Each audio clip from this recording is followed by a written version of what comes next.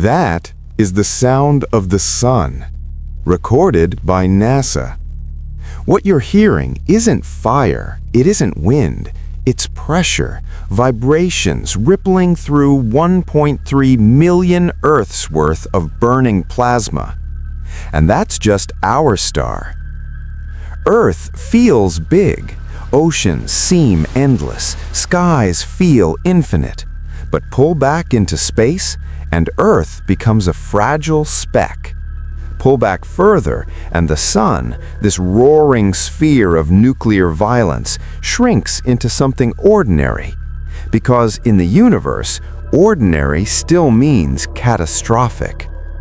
And somewhere in the constellation Scutum, there exists a star so large it makes our sun look microscopic. The unsettling part, it may be brushing against the absolute limits of physics. Our sun survives through balance. Gravity crushes inward. Nuclear fusion pushes outward.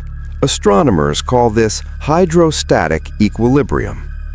But increase the mass, and that balance begins to fail. Massive stars burn hotter. They shine brighter. They live shorter lives. There's a theoretical upper limit, around 150 times the sun's mass. Beyond that, radiation pressure should tear a forming star apart. The universe draws a line, and then ignores it. When stars run out of hydrogen fuel, gravity tightens its grip. The core collapses. Temperatures surge.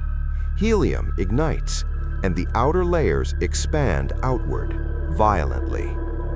Our sun will one day swell beyond Mercury, then Venus, possibly Earth. It won't explode, it will engulf.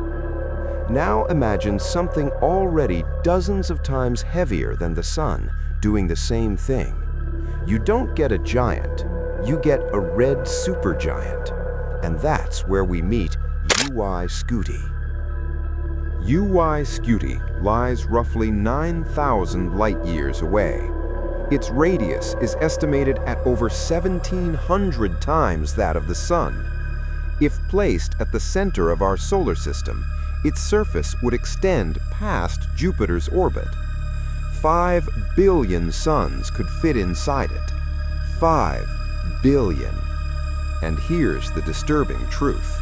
Stars this large are barely stable. They pulsate, they eject mass, they lose entire planetary systems worth of material into space. There's something called the Hayashi limit, a boundary defining how large a star can grow before gravity forces it to contract. UY Scuti appears to be skimming that edge, which means it may already be too big.